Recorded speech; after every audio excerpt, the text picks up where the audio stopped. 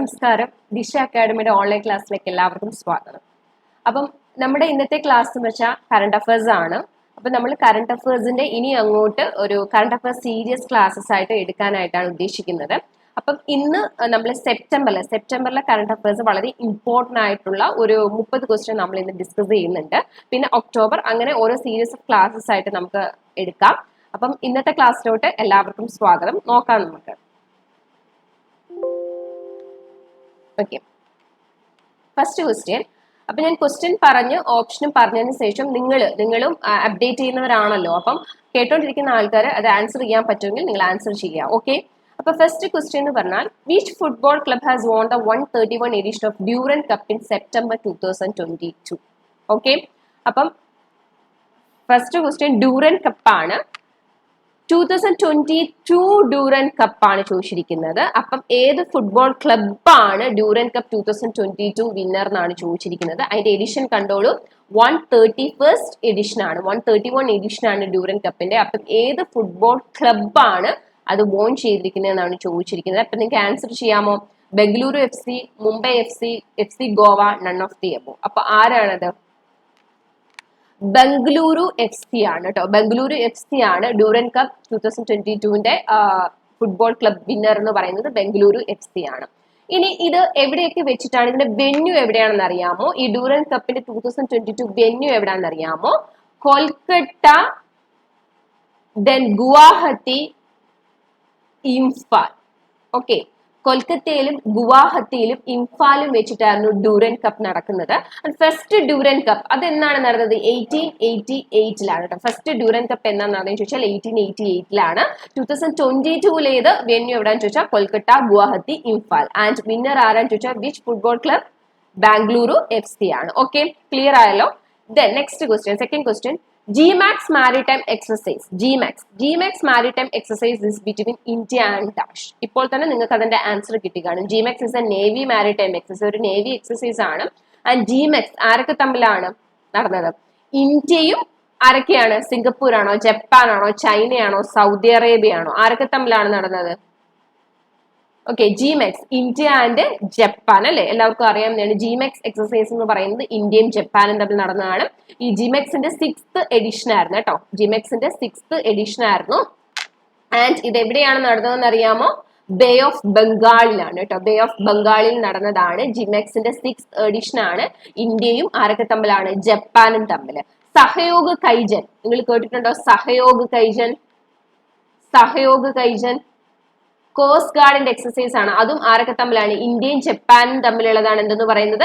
സഹയോഗ് കൈജൻ എന്ന് പറയുന്നത് ഇന്ത്യയും ജപ്പാനും തമ്മിലുള്ള എക്സസൈസ് ആണ്. ഓക്കെ, അപ്പൊ GMAX എന്ന് പറയുന്നത് ഇന്ത്യ ജപ്പാനാണ്. ബേ ഓഫ് ബംഗാളിൽ നടന്നതാണ്. ഓക്കെ, ക്ലിയർ ആയോ? Next question.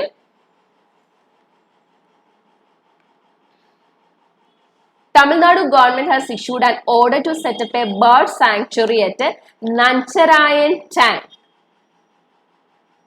In which district the sanctuary is located? അപ്പൊ Tamil Nadu government issued an order to set up ഒരു ബേർഡ് സാങ്ച്വറി. എവിടെയാണ്? നഞ്ചരായൻ ടാങ്കിൽ ഒരു ബേർഡ് സാങ്ച്വറി സെറ്റപ്പ് ചെയ്യാൻ പോകുന്നുണ്ട്. അപ്പൊ അത് ഏത് ഡിസ്ട്രിക്റ്റിലാണ് ഈ സാങ്ച്വറി ലൊക്കേറ്റ് ചെയ്തിരിക്കുന്നതെന്നാണ്. എവിടെയാണ്? അരിയലൂർ ആണോ, തിരുപ്പൂർ ആണോ, ചെങ്കൽപ്പേട്ട് ആണോ, ദിണ്ടുഗൽ ആണോ? അപ്പൊ നിങ്ങൾ ആൻസർ ചെയ്യുക എവിടെയാണോ എന്നുള്ളത്. ആൻസർ തിരുപ്പൂർ ആണ് കേട്ടോ. തിരുപ്പൂർ ആണ്. അതിന്റെ തമിഴ്നാട്ടിലെ 17th ബേർഡ് സാങ്ച്വറി ആണ് കേട്ടോ. നഞ്ചരായൻ ടാങ്കിൽ വരുന്നത് കാഴുവേലി എന്നുള്ളതാണ്. കഴുവേലി ബേർഡ് സാങ്ച്വറി എന്നുള്ളതാണ് അതിന്റെ പേര്. അപ്പം അത് 17th ബേർഡ് സാങ്ച്വറി ആണ് തമിഴ്നാട്ടിലെ. എവിടെയാണ് ഡിസ്ട്രിക്ട് ചോദിച്ചാൽ തിരുപ്പൂർ ആണ്. എവിടെയാണ്? Tiruppur. Okay, then fourth question. Recently, who has won a silver medal in the World Para Athletic Grand Prix in Morocco?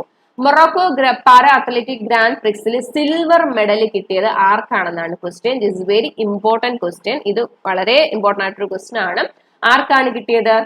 Sumit ആൻറ്റിലാണോ, Praveen Kumar ആണോ, മാരിയപ്പൻ തങ്കവേലു ആണോ, ദേവേന്ദ്ര ജജാരി ആണോ? അപ്പൊ പാര അത്ലറ്റിക് സിൽവർ മെഡൽ വിന്നർ ആരാണ്? ദേവേന്ദ്ര ജജാരിയാണ് അല്ലെ. ദേവേന്ദ്ര ജജാരിയ എന്ന് പറയുമ്പോൾ ഏതാണ്? ജാവലിൻ ത്രോ ആണ്. പാര അത്ലറ്റിക് ആണ്, ജാവലിൻ ത്രോ ആണ്. ആരെന്ന് പറയുന്നത്? ദേവേന്ദ്ര ജജാരി. അപ്പൊ ദേവേന്ദ്ര ജജാരിക്ക് 3ാം തവണയാണ് കിട്ടുന്നത്. ജാവലിൻ ത്രോ ആണ് ദേവേന്ദ്ര ജജാരി. അപ്പം എന്ത് കിട്ടി? സിൽവർ മെഡൽ കിട്ടി. ഓക്കെ, ക്ലിയർ ആയല്ലോ. Next question. who has been appointed as the newest UNICEF Goodwill Ambassador. UNICEF എന്ന് പറയുമ്പോൾ United nation children's emergency fund ആണ്. അതിന്റെ ഗുഡ്വിൽ അംബാസിഡർ ആയിട്ട് ഇപ്പൊ റീസെന്റ് അപ്പോയിന്റ് ചെയ്ത ആരെയാണെന്നാണ്. അതും ഇമ്പോർട്ടന്റ് ആയിട്ടുള്ള ഒരു ക്വസ്റ്റൻ ആണ്. ആരെയാണ്? ഡേവിഡ് ആറ്റംബ്രോയ് ആണോ, ഗ്രേറ്റ തുൻബർഗ് ആണോ, വനേസ നക്കാത്തെ ആണോ, ജെയിൻ ഫോണ്ടെ ആണോ? അപ്പൊ യുണിസെഫിന്റെ ഗുഡ്വിൽ അംബാസിഡർ ആയിട്ട് ഇപ്പൊ അപ്പോയിന്റ് ചെയ്ത ആരെയാണ്? വനേസ നക്കാത്തെ കേട്ടോ. യുണിസെഫിന്റെ ഗുഡ്വിൽ അംബാസിഡർ സോറി യുണിസെഫിന്റെ ഗുഡ്വിൽ അംബാസിഡർ ആരാണെന്ന് ചോദിച്ചാൽ വനേസ നക്കാത്തെയാണ്. Vanessa Nakate. Which day is celebrate as international red panda day? International red panda day. Days ഒക്കെ തന്നെ പരീക്ഷകളിൽ ചോദിക്കുന്നതാണ് ഡേയ്സ്. അതുകൊണ്ട് അത് ഇമ്പോർട്ടന്റ് ആയിട്ട് നോക്കി വെച്ചേക്കുക. അപ്പൊ ഇന്റർനാഷണൽ റെഡ് പാണ്ട ഡേ ആയിട്ട് സെലിബ്രേറ്റ് ചെയ്യുന്ന ഏത് ഡേ ആണ്? സെപ്റ്റംബർ 18, ഓഗസ്റ്റ് 9, ജൂലൈ 29, സെപ്റ്റംബർ 17 എന്നാണ്.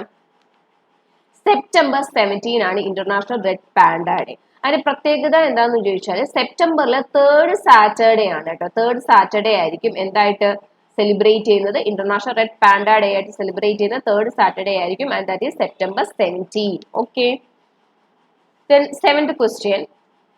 At which place Indian Army has activated the satellite-based internet service in September 2022? September 2022 internet service Indian army എവിടെയാണ് അവരുടെ satellite based internet service activate ചെയ്തതെന്ന് ചോദിച്ചാൽ എവിടെയാണ്? സിയാച്ചിൻ ആണോ, കാർഗിലാണോ, ലേ ആണോ, ഷിംലയാണോ? പറയാമോ ആൻസർ? സിയാച്ചിൻ. എവിടെയാണ്? സിയാച്ചിൻ ആണ്. അതും ഇമ്പോർട്ടന്റ് ആയിട്ടൊരു ക്വസ്റ്റ്യൻ തന്നെയാണ്. Okay. Then, which international cricketer has announced his retirement from Test cricket recently? Recently, Test cricketൽ നിന്നും റിട്ടയർമെന്റ് അനൗൺസ് ചെയ്ത ഇന്റർനാഷണൽ ക്രിക്കറ്റർ ആരാണെന്നാണ് ചോദിച്ചിരിക്കുന്നത്. ആരാണ്? റൂബൽ ഹൊസൈൻ ആണ്. റൂബൽ ഹൊസൈൻ ബംഗ്ലാദേശുകാരനാണ്. ബംഗ്ലാദേശുകാരനായ റൂബൽ ഹൊസൈൻ ആണ് ടെസ്റ്റ് ക്രിക്കറ്റിൽ നിന്നും റീസെന്റ് എന്ത് ചെയ്തത്? റിട്ടയർമെന്റ് അനൗൺസ് ചെയ്തിരിക്കുന്നത്. Okay. Then 9th question. The Indian and US Coast Guard held a joint exercise dash in September 2022. അപ്പൊ ഇന്ത്യനും യുഎസിന്റെ കോസ്റ്റ് ഗാർഡും ഓക്കെ ഇന്ത്യനും അതുപോലെ തന്നെ യുഎസ് കോസ്റ്റ് ഗാർഡും കൂടി ചേർന്ന് ഉള്ള ജോയിന്റ് എക്സസൈസ് അത് ഏതാണ്? സെപ്റ്റംബർ 2022 ഏതാണ് എക്സസൈസ്? സംപ്രീതി ആണോ, ഹാൻഡ് ഇൻ ഹാൻഡ് ആണോ, അഭ്യാസ് 0122 ആണോ, മിത്രശക്തി ആണോ? ഏതാണ്? ഇന്ത്യനും യുഎസ് കോസ്റ്റ് ഗാർഡും കൂടെ ഇമ്പോർട്ടന്റ് ആണ്. ഈ ഒരു ക്വസ്റ്റ്യൻ ഇമ്പോർട്ടന്റ് ആണ്. അഭ്യാസ് 0122 ആണ്. അഭ്യാസ് 0122. സംപ്രീതി നമുക്കറിയാം ആരൊക്കെ തമ്മിലാണ് സംപ്രീതി? ഇന്ത്യയും ബംഗ്ലാദേശും തമ്മിലാണ് എന്ത് നടക്കുന്നത്? സംപ്രീതി അല്ലെ? India and Bangladesh. Okay. Hand in hand ആരൊക്കെ തമ്മിലാണ്? ഇന്ത്യയും ചൈനയും തമ്മിലുള്ളതാണ് ഹാൻഡ് ഇൻ ഹാൻഡ്. മിത്രശക്തി ആരാണ്? India and Sri Lanka. ഇന്ത്യയും ശ്രീലങ്കയും തമ്മിലാണ് എന്ത് നടക്കുന്നത്? മിത്രശക്തി. അപ്പൊ Mitrashakti India Sri Lanka, hand in hand India China, Sampriti India Bangladesh. ഇന്ത്യയും കോസ്റ്റ് ഗാർഡും തമ്മിൽ നടന്നതാണ് എന്തെന്ന് പറയുന്നത്? അഭ്യാസ് 0122 എന്ന് പറയുന്നത്. ഓക്കെ. ഇനി 10th question. Who among the following has been appointed as a member in the Insurance Regulatory Development Authority of India? നമുക്ക് IRD എന്ന് പറയുന്നത് insurance regulatory development authority of India ആണ്. അതിന്റെ മെമ്പർ ആയിട്ട് റീസെന്റ് ആയിട്ട് അപ്പോയിന്റ് ചെയ്ത ആരെയാണെന്നാണ് ചോദ്യം. ആരെയാണ്? ലീന നായർ ആണോ, ശാന്തനു നാരായൺ, പരാഗ് അഗർവാൾ, തോമസ് എം ദേവസ്യ? തോമസ് എം ദേവസ്യാണ് റീസെന്റ് ആയിട്ട് IRDയുടെ മെമ്പർ ആയിട്ട് അപ്പോയിന്റ് ചെയ്തത്. IRD insurance regulatory development authority of India എന്നാണ് നിലവിൽ വരുന്നത്? 1999 കേട്ടോ. IRD നിലവിൽ വരുന്നത് 1999 മെമ്പറായിട്ട് അപ്പോയിന്റ് ചെയ്തത് തോമസ് എം ദേവസ്യ ആണ്. Okay. Next question. World rhino day ആണ് ചോദിച്ചിരിക്കുന്നത്. വേൾഡ് റൈനോ ഡേ എന്നാണ് വേൾഡ് റൈനോ ഡേ എന്ന് പറയുന്നത്? സെപ്റ്റംബർ 10 ആണോ, ജൂലൈ 19 ആണോ, സെപ്റ്റംബർ 21 ആണോ, സെപ്റ്റംബർ 22 ആണോ? വേൾഡ് റൈനോ ഡേ കൃത്യമായി പഠിച്ചു വെച്ചേക്കാം. ഓപ്ഷൻ ഇങ്ങനെ തന്നെ വരും. 10, 11, 12 അങ്ങനെ ഒരു മന്തിൽ തന്നെ അങ്ങനെ തന്നെ വരും. അപ്പൊ നിങ്ങൾക്ക് തെറ്റാൻ സാധ്യത ഉണ്ടാവും. കാരണം ഒരേ മന്തിൽ തന്നെ ആ ഡേറ്റുകൾ അടുത്തടുത്ത് ചോദിക്കും. അപ്പൊ വേൾഡ് റൈനോ ഡേ സെപ്റ്റംബർ 22 ആണ് കേട്ടോ. വേൾഡ് റൈനോ ഡേ എന്നാണ് September 22. Who among the following personality has been nominated as trustee of the PMKS fund? ഇതും ഇമ്പോർട്ടന്റ് ആണ്. PMKS ഫണ്ടിലെ ട്രസ്റ്റി ആയിട്ട് നോമിനേറ്റ് ചെയ്തിട്ടുള്ള പേഴ്സണാലിറ്റി താഴെ പറയുന്നത് ആരൊക്കെയാണ്? Kariya Munda, Ratan Tata, KT Thomas, all of the above. അപ്പൊ PMKS ഫണ്ടിന്റെ ട്രസ്റ്റി ആയിട്ട് നോമിനേറ്റ് ചെയ്തിട്ടുള്ള പേഴ്സണാലിറ്റി ആരൊക്കെയാണെന്ന് ചോദിച്ചാൽ all of the above. Kariya മുണ്ടയും ഉണ്ട്, രത്തൻ ടാറ്റയും ഉണ്ട്, അതുപോലെ KT തോമസും ഉണ്ട്. ഓക്കെ. PMKS ഫണ്ടിന്റെ ട്രസ്റ്റി ആയിട്ട് നോമിനേറ്റ് ചെയ്ത ആൾക്കാരാണ്. Okay. 13th question. Which of the following company has been awarded the National Energy Leader Award? National Energy Leader Award. ഏത് കമ്പനിക്കാണ് കിട്ടിയത് നാഷണൽ എനർജി ലീഡർ അവാർഡ്? രാഷ്ട്രീയ ഇസ്പത് നിഗം ലിമിറ്റഡ്. ആർക്കാണ് കിട്ടിയത്? രാഷ്ട്രീയ ഇസ്പത് നിഗം ലിമിറ്റഡ്. വിസാഖ് സ്റ്റീൽ എവിടെയാണ് അത്? വിസാഖ് സ്റ്റീൽ അറ്റ് വിശാഖപട്ടണം അല്ലേ? Vizag steel at Visakhapatnam. Vizag steel at Visakhapatnam. Rashtriya Ispat Nigam limited ആണ് national energy leader award കിട്ടുന്നത്. നെക്സ്റ്റ് ക്വസ്റ്റ്യൻ, അതും ഇമ്പോർട്ടന്റ് ആയിട്ടുള്ള ഒരു ക്വസ്റ്റ്യൻ തന്നെയാണ്. Alzheimer's day, world Alzheimer's day എന്നാണെന്നാണ് ചോദിച്ചിരിക്കുന്നത്. സെപ്റ്റംബർ 21 ആണ് കേട്ടോ. വേൾഡ് അൾഷിമേഴ്സ് ഡേ എല്ലാ വർഷവും എന്നാണെന്ന് ചോദിച്ചാൽ സെപ്റ്റംബർ 21 ആണ്. അത് ചോദിക്കാൻ സാധ്യതയുള്ള ഒരു ക്വസ്റ്റ്യൻ ആണ്. And world Alzheimer's day September 21. Theme എന്തായിരുന്നു? അതിന്റെ തീം എന്തായിരുന്നു? Theme no dementia no Alzheimer's കേട്ടോ. അതായിരുന്നു theme. No dementia no Alzheimer's.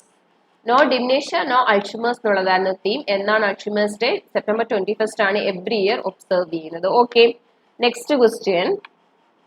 Raju Srivastava passed away recent passed away ആയുള്ള ആളായിരുന്നു രാജു ശ്രീവാസ്തവ. ഈ റീസെന്റ് ആണ് അദ്ദേഹം മരിച്ചു പോയത്. അദ്ദേഹം ഹി ഹാസ് എ ഫേമസ് എന്താണ്? കൊമേഡിയൻ ആണോ, ലോയർ ആണോ, ഡോക്ടർ ആണോ, ക്രിക്കറ്റർ ആണോ? Raju Srivastava is a comedian ആണ്. Famous in comedian. Then next question, which day is celebrated as the International Day of Peace? അതും ഇമ്പോർട്ടന്റ് ആണ്. ഇന്റർനാഷണൽ ഡേ ഓഫ് പീസ് ആയിട്ട് celebrate ചെയ്തിട്ടുള്ള ഡേ എന്താണ് എന്നുള്ളതാണ്. ഇന്റർനാഷണൽ ഡേ ഓഫ് പീസ് എന്നാണെന്ന് ചോദിച്ചാൽ അതും സെപ്റ്റംബർ 21 തന്നെയാണ് കേട്ടോ. അൾഷിമേഴ്സ് ഡേയും സെപ്റ്റംബർ 21 ആണ്. ഇന്റർനാഷണൽ ഡേ ഓഫ് പീസും സെപ്റ്റംബർ 21 ആണ്. അതിന്റെ തീം ഓർത്ത് വെച്ചോളുക. End racism, build peace. Okay, end racism, build peace എന്നുള്ളതായിരുന്നു തീം. അപ്പം സെപ്റ്റംബർ 21 ആണ് അൾഷിമേഴ്സ് ഡേയും അതുപോലെ ഇന്റർനാഷണൽ ഡേ ഓഫ് പീസും. International day of peace September 21. അതിന്റെ തീമാണ് end racism, build peace. End racism, build peace. Okay, then who hosted the G4 meeting of foreign ministers in September 2022? G4 meeting ആണ് ചോദിച്ചിരിക്കുന്നത്. G4 എന്ന് പറയുമ്പോൾ ഏതൊക്കെയാണ് countries? G4ൽ വരുന്ന countries India, Brazil, Germany and Japan.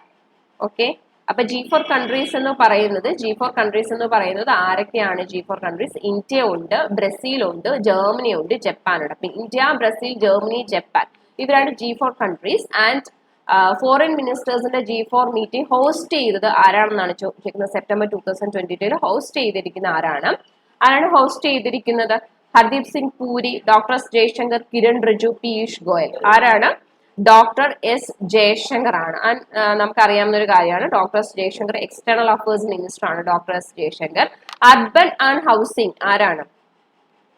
Urban and housing എന്ന് പറയുമ്പം ഹർദീപ് സിംഗ് പൂരി ആണ് അർബൻ ആൻഡ് ഹൗസിംഗ് അല്ലെ. Urban and housing minister Hardeep Singh Puri ആണ്. Law and justice Kiren Rijiju എന്ന് പറയുമ്പം ലോ ആൻഡ് ജസ്റ്റിസ് ആണ് Kiren Riju.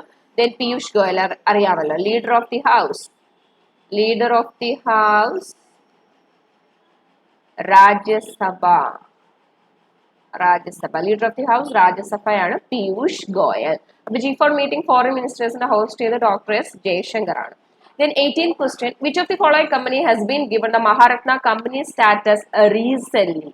Maharatna company status recent കിട്ടിയ കമ്പനി ഏതാണെന്നാണ് ചോദിച്ചിരിക്കുന്നത്. REC ലിമിറ്റഡ് ആണോ, കോൾ ഇന്ത്യ ആണോ, ഇന്ത്യൻ ഓയിൽ കോർപ്പറേഷൻ ആണോ, NTPC ലിമിറ്റഡ് ആണോ? മഹാരത്ന കമ്പനി സ്റ്റാറ്റസ് റീസെന്റ് കിട്ടിയത് REC ലിമിറ്റഡ് ആണ്. REC means rural electrification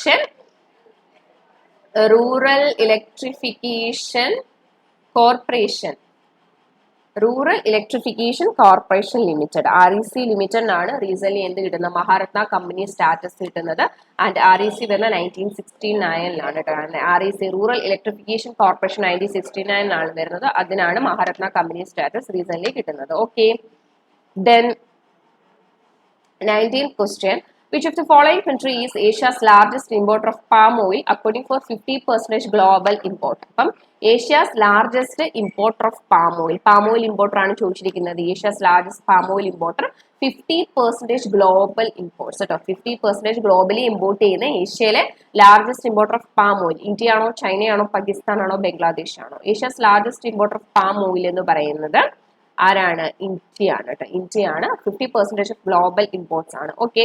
then 20ാമത്തെ question, Saptakosi high dam is a multipurpose project propose to be constructed in which of the following country? ഏതാണ്? സപ്തകോസി ആണ്. Okay, Saptakosi ആണ്. High dam is a multipurpose project propose to be constructed in ഏത് കൺട്രിയിലാണ് propose ചെയ്തിരിക്കുന്നത് construct ചെയ്യാൻ വേണ്ടി? Saptakosi. India ആണോ, നേപ്പാൾ ആണോ, ഭൂട്ടാൻ ആണോ, ബംഗ്ലാദേശ് ആണോ? പറഞ്ഞേ സപ്തകോസി. സപ്തകോസി എവിടെയാണെന്ന് ചോദിച്ചാൽ നേപ്പാൾ ആണ് കേട്ടോ. സപ്തകോസി എവിടെയാണെന്ന് ചോദിച്ചാൽ നേപ്പാളിലാണ് കൺസ്ട്രക്ട് ചെയ്യാനായിട്ട് പോകുന്നത്. Okay. Then 21. Every year Antyodaya Diwas is celebrated. നമുക്കറിയാം അന്ത്യോദയ ദിവസ് എന്ന് പറയുന്നത് എന്നാണ്? നമുക്കറിയാം സെപ്റ്റംബർ 25-നാണ്. അപ്പൊ ഇനി ആരുടെ ബർത്ത് ആനിവേഴ്സറി ആയിട്ടാണ് അത്? ശ്യാം പ്രസാദ് മുഖർജി ആണോ, അടൽ ബിഹാരി വാജ്പേയി ആണോ, ദീൻദയാൽ ആണോ, ജഗ്ജീവൻ റാം ആണോ? അന്ത്യോദയ ദിവസ് നമുക്കറിയാം സെലിബ്രേറ്റ് ചെയ്യുന്നത് സെപ്റ്റംബർ 25 ആണ്. ആൻഡ് ബർത്ത് ആനിവേഴ്സറി ഓഫ് ആരുടെ ആനിവേഴ്സറി? പണ്ഡിറ്റ് ദീൻ ദയാൽ ഉപാധ്യായയുടെയാണ്. ആരുടെയാണ്? പണ്ഡിറ്റ് ദീൻ ദയാൽ ഉപാധ്യായ. അതും ഇമ്പോർട്ടന്റ് ആയിട്ടുള്ള ഒരു ക്വസ്റ്റൻ ആണ് കേട്ടോ. സെപ്റ്റംബർ 25 ബർത്ത് ആനിവേഴ്സറി ആരുടെയാണെന്ന് ചോദിച്ചാൽ അന്ത്യോദയ ദിവസമായിട്ട് സെലിബ്രേറ്റ് ചെയ്യുന്നത് ദീൻ ദയാൽ ഉപാധ്യായയാണ്. ഓക്കെ. ഇനി വേൾഡ് റിവേഴ്സ് ഡേ ആണ് ചോദിച്ചിരിക്കുന്നത്. World rivers day is celebrated എന്നാണ്? അതും സെപ്റ്റംബറിൽ തന്നെയാണ് ഓപ്ഷനിലെല്ലാം തന്നിരിക്കുന്നത്. സോ അത് തെറ്റിപ്പോകും, കൃത്യമായി പഠിച്ചുകൊള്ളുക.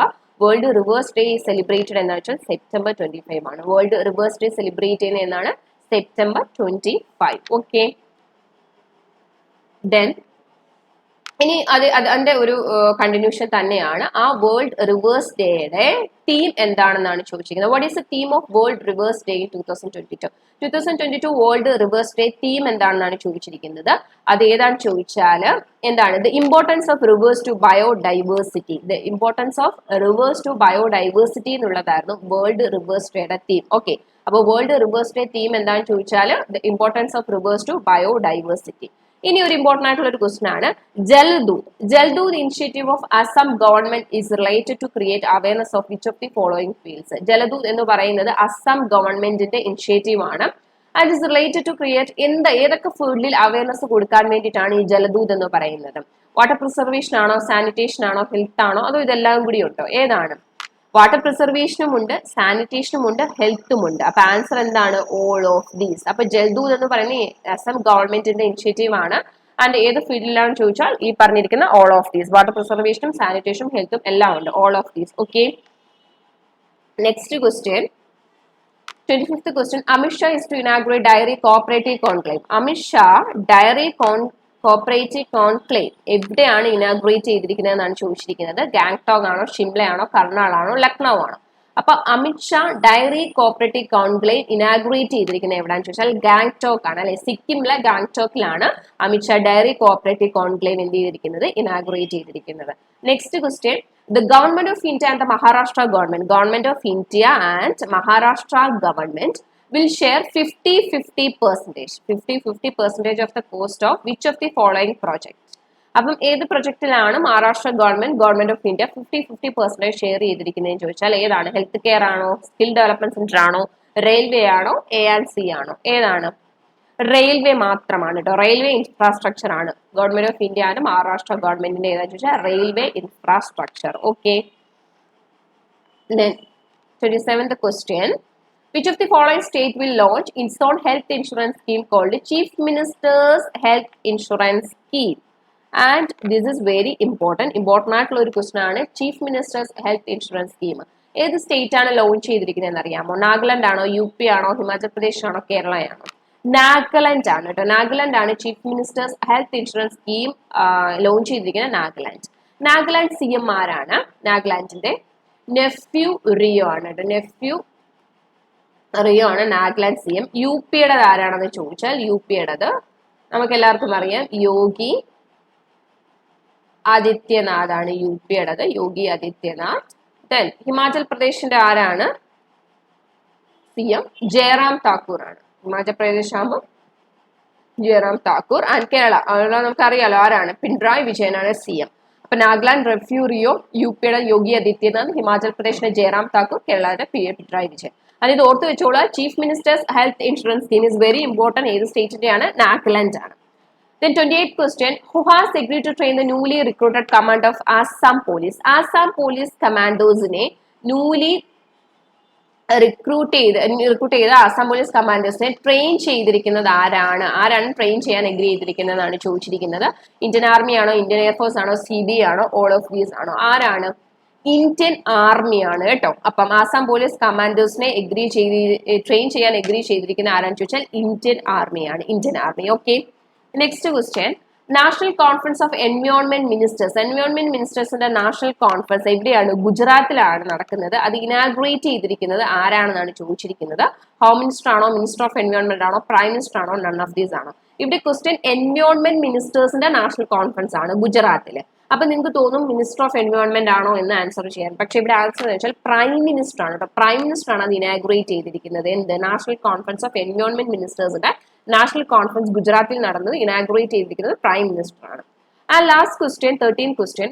Adani port has secured 25,000 crore port project in which of the following state? Adani port എല്ലാവർക്കും അറിയാവുന്നതാണ്. അദാനി പോർട്ട്.